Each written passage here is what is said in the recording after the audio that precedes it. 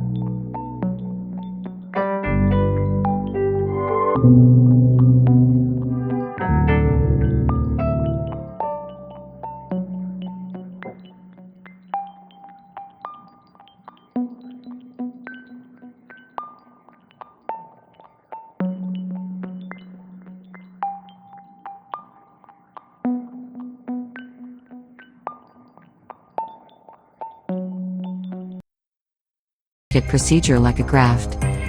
Not only will this help ensure the graft takes, but also that the plant survives.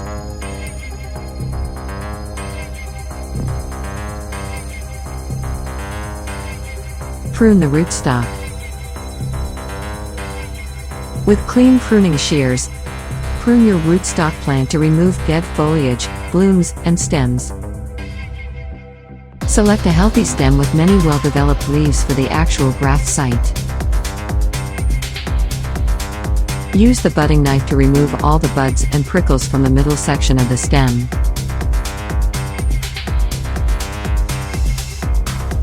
Cut a T into the rootstock. With the bud knife, cut an inch-long T shape into the bark of the rootstock. Make sure you do not penetrate the cambium layer, which is a wet, pale green color. Use the tip of the knife to gently open the flaps you created in the bark. The best place for the T-cut is near the middle of the stem, between two nodes. Nodes are where leaves and buds grow out from the stem. Cut and trim the stem. Cut off the stem you want to use for the scion. Cut off the top and bottom from the stem, leaving a 2-inch, 5-centimeter, section in the middle. Make sure that section of stem has at least one bud eye, where a new leaf could grow from the stem. Cut the scion from the stem. Place the knife on the stem above the bud eye. Insert the blade deep enough into the stem to penetrate the bark and the cambium layer. This is the layer just behind the bark that carries nutrients. Insert the scion into the rootstock immediately. Make sure the bud eye is facing upward, as this means the stem is facing the right direction. As you insert the scion into the rootstock, the bark flaps will open around the scion. Push the scion all the way into the bottom of the T, leaving the bud eye exposed at the top of the flaps. Secure the graft with grafting tape. Close the bark flaps over the scion. Wrap a few layers of grafting tape around the graft. Wrap the area above and below the bud eye, but leave the bud eye itself exposed. Caring for grafted roses. Give the plant plenty of water. Grafted plants need lots of water.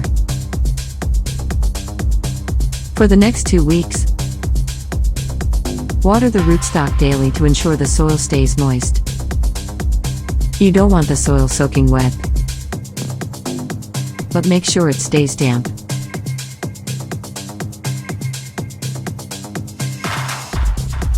Trim the first buds from the scion. Once the scion starts to create new growth on the rootstock, it will begin to grow new buds. But while the scion is still establishing itself, the buds can be too heavy and can damage the bud union. To reduce stress on the bud union, trim off the first 3 or 4 buds that grow until the graft is fully healed.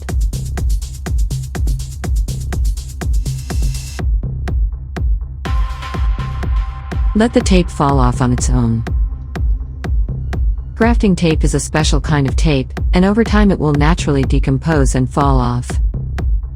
Do not remove the tape from the rootstock. When enough time has passed, the tape will come off on its own, and this will ensure it stays on long enough for the graft to heal.